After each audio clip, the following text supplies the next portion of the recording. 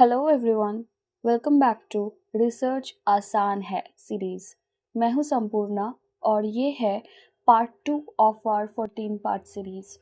अगर आपने पार्ट 1 नहीं देखा अभी तक, डिस्क्रिप्शन में प्लेलिस्ट लिंक है, ज़रूर देखो पहले। आज के दो सवाल है, रिसर्च क्या होता है और नर्सिंग रिसर्च स्पेसिफिकली क्यों ज़रूरी है। ये दो सवाल समझ गए तो पूरी रिसर्च की फाउंडेशन बन जाती है। तो शुरू करते हैं। पहले एक छोटी सी स्टोरी। सोचो, घर में नई वॉशिंग मशीन खरीदनी है। पहला काम क्या करोगी? सोचना शुरू करो। दोस्त से पूछा कौन सा ब्रांड अच्छा है, किसी ट्रस्टेड इंसान की राय लेना, ये था पहला काम। फिर गूगल किया, रिव्यूज़ पढ़े, दूसरों का एक्सपीरियंस देखा, फिर प्राइस कंपेयर किया डिफरेंट वेबसाइट्स पे, डिफरेंट फीचर्स देखे और फाइनली एविडेंस के बेसिस पे डिसीजन लिया। अब राइट साइड पे देखो, ये जो तुमने किया ये रिसर्च था। इनफॉर्मल था, अनप्लान्ड था, लेकिन रिसर्च ज़रूर था। तुमने एक सवाल लिया, इंफॉर्मेशन गैदर की, कंपेयर किया और एविडेंस से डिसीजन लिया। फॉर्मल रिसर्च भी एग्जैक्टली यही करता है, बस ज़्यादा सिस्टमैटिकली एंड ज़्यादा केयरफुली। तो फॉर्मली डिफाइन करते हैं। स्क्रीन पे देखो, रिसर्च इक्वल्स टू किसी सवाल का जवाब ढूंढना, 3 वर्ड्स के साथ, सिस्टमैटिकली, ऑनेस्टली, एविडेंस के साथ। पहला पिलर सिस्टमैटिकली, मतलब एक प्लान के साथ, रैंडम नहीं, ऑर्गेनाइज्ड। जैसे वॉशिंग मशीन में तुमने रैंडमली नहीं चुना, एक प्रोसेस फॉलो किया। दूसरा पिलर ऑनेस्टली, बिना अपना आंसर थोपने के, डेटा जो बोले वो एक्सेप्ट करो। बहुत बार होता है स्टूडेंट्स पहले से ही डिसाइड कर लेते हैं आंसर क्या होगा और फिर डेटा को फोर्स करते हैं, ये रिसर्च नहीं है। तीसरा एविडेंस के साथ, सिर्फ अंदाजे से नहीं, डेटा से, ऑब्जर्वेशन से। ये 3 वर्ड्स याद रखो, सिस्टमैटिक, ऑनेस्ट, एविडेंस बेस्ड। जो भी रिसर्च का डेफिनेशन भूल जाता है, बस ये 3 वर्ड्स बोलो। अब एक इम्पॉर्टेंट कंपैरिजन, लेफ्ट साइड पे देखो, ये है टेक्स्ट बुक वाली definition, systematic empirical inquiry into a phenomena of interest, और बस ब्रेन शटडाउन। कोई नहीं समझा, कोई नहीं समझेगा, ये लैंग्वेज ही ऐसी है। लेकिन इसका एक सिंपल ट्रांसलेशन है, राइट साइड पे देखो, सिंपल भाषा में, किसी सवाल का जवाब ढूंढना, प्लान के साथ, ऑनेस्टली, डेटा से। समझ आया? सेम चीज़ 2 तरीके से लिखी, एक कंफ्यूजिंग, एक क्लियर। इस सीरीज में हमेशा सिंपल लैंग्वेज में मिलेगा, फिर इंग्लिश टर्म मिलेगा आपको। और एक छोटी सी क्लैरिटी, इम्पिरिकल का मतलब सिर्फ इतना है, जवाब ऑब्जर्वेशन और डेटा से आता है, इमेजिनेशन से नहीं। वही जो तुमने वॉशिंग मशीन में किया था, डेटा देखा फिर डिसाइड किया। रिसर्च मेनली 2 टाइप्स का होता है। पहला क्वांटिटेटिव, इसमें हम नंबर्स से काम करते हैं, कितने, कितना, percentage. Real example, pre test में 48.9% स्टूडेंट्स को गुड नॉलेज था, ये क्वांटिटेटिव है। और इम्पॉर्टेंट, हमारी एनएसआई स्टडी क्वांटिटेटिव थी, नंबर्स थे, स्कोर्स थे, परसेंटेज था, टी टेस्ट था। दूसरा टाइप क्वालिटेटिव, इसमें हम एक्सपीरियंसेस और फीलिंग्स समझते हैं, कैसा, क्यों, क्या फील हुआ। एग्जाम्पल, एनएसआई होने के बाद नर्स को कैसा फील हुआ, उनके अपने वर्ड्स में, ये क्वालिटेटिव है। इस सीरीज में हम मेनली क्वांटिटेटिव सीखेंगे क्योंकि जीएनएम और बीएससी लेवल पे यही ज़्यादा कॉमन होता है। अब आते हैं आज के दूसरे बड़े सवाल पे, नर्सिंग रिसर्च स्पेसिफिकली क्यों ज़रूरी है। स्क्रीन पे डार्क बॉक्स में एक सिचुएशन है, ध्यान से सुनो। तुम हॉस्पिटल में हो, सीनियर कहती है ये मेथड यूज़ करो, लेकिन तुमने पढ़ा है कि एक सेफर मेथड एग्जिस्ट करता है। तुम क्या करोगे? चुप रहोगे या कॉन्फिडेंटली बोलोगे? वो कॉन्फिडेंस रिसर्च समझने से आती है। पहला reason, better patient care. Evidence based practice से पेशेंट्स को जेन्युइनली बेटर ट्रीटमेंट मिलता है। दूसरा, पुरानी प्रैक्टिसेस रिप्लेस करना। रिसर्च से पता चलता है कि कौन सी प्रैक्टिसेस आउटडेटेड हो गई है। नर्सिंग रिसर्च में बहुत चीज़ें ऐसी है जो 10-20 साल पहले सही थी, बट बेटर ऑल्टरनेटिव आज एग्जिस्ट करता है और रिसर्च ने ये प्रूव किया है। तीसरा, ऑक्यूपेशनल सेफ्टी। एनएसआई जैसे इंजरीज से नर्सेस खुद को बचाना सीखती है। रिसर्च की वजह से हमारी स्टडी इसी के बारे में थी और उसने प्रूव किया कि टीचिंग से नॉलेज इम्प्रूव होती है, जो डायरेक्टली सेफ्टी इम्प्रूव करता है।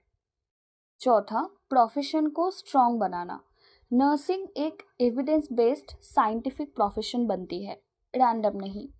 जो हम रिसर्च करते हैं, हम अपनी प्रोफेशन को रिस्पेक्ट देते हैं। हम कहते हैं हमारे डिसीजन डेटा पे बेस्ड है।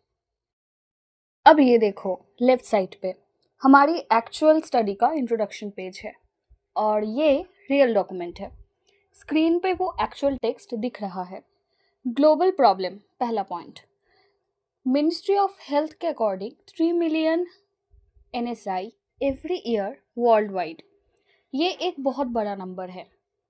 दूसरा, इंडिया में 62% हेल्थ वर्कर्स ने करियर में कम से कम एक एनएसआई रिपोर्ट की है और ये सिर्फ रिपोर्टेड केसेस है। एक्चुअल नंबर ज़्यादा होगा क्योंकि बहुत सारे केसेस अनरिपोर्टेड ही रह जाता है। तीसरा, first year students most at risk. Limited clinical exposure, inadequate training, lack of confidence. ये रीज़न था कि हमारी स्टडी फर्स्ट ईयर स्टूडेंट्स पे फोकस की। वो सबसे वल्नरेबल होते हैं। और चौथा, हमारा research goal, NSI knowledge assess करना और टीचिंग से इम्प्रूव करना। ये सब पॉइंट्स हमारी स्टडी के इंट्रोडक्शन में लिखे हैं, बिल्कुल यहाँ से आए हैं। Real document, real data. अब पहले क्या रिसर्च हुआ था, ये भी रियल पेपर में लिखा हुआ है। लेफ्ट साइड पे लिटरेचर रिव्यू का एक्चुअल पेज है। पहला स्टडी दिल्ली 2022, 100 नर्सिंग स्टूडेंट्स में 38.5% एनएसआई, मोस्टली इंजेक्शन के दौरान। दूसरा, वेस्ट बंगाल, हमारे ही स्टेट में 2022, 150 students, 41% NSI, mostly IV cannulation के टाइम। ये हमारे अपने स्टेट के स्टडी है और प्रॉब्लम वहाँ भी उतनी ही सीरियस है। तीसरा, नाइजीरिया 2020, सिर्फ 28% हेल्थ वर्कर्स को पता है एनएसआई के बाद क्या क्या स्टेप लेना चाहिए।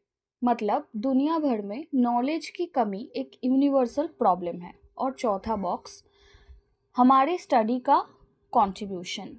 इन सब स्टडीज़ ने प्रॉब्लम दिखाया, हमारी स्टडी ने सल्यूशन दिया।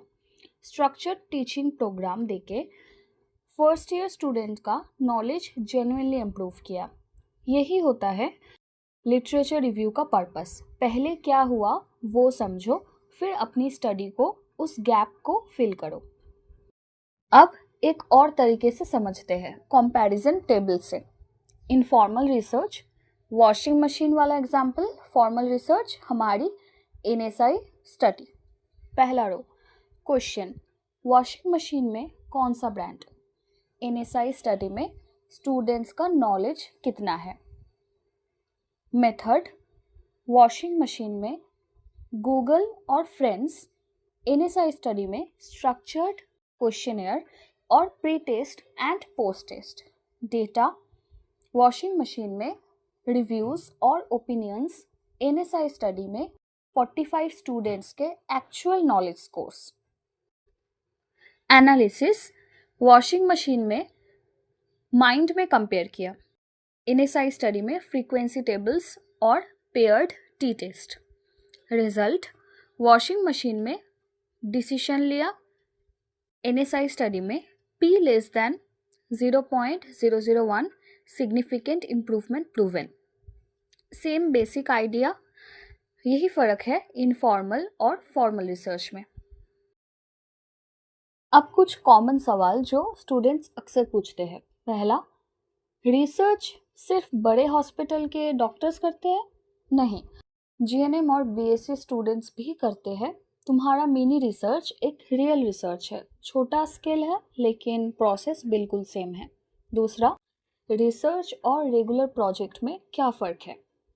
रेगुलर प्रोजेक्ट कोई भी लिख सकता है। Research systematic process, hypothesis, data collection, analysis, proven results.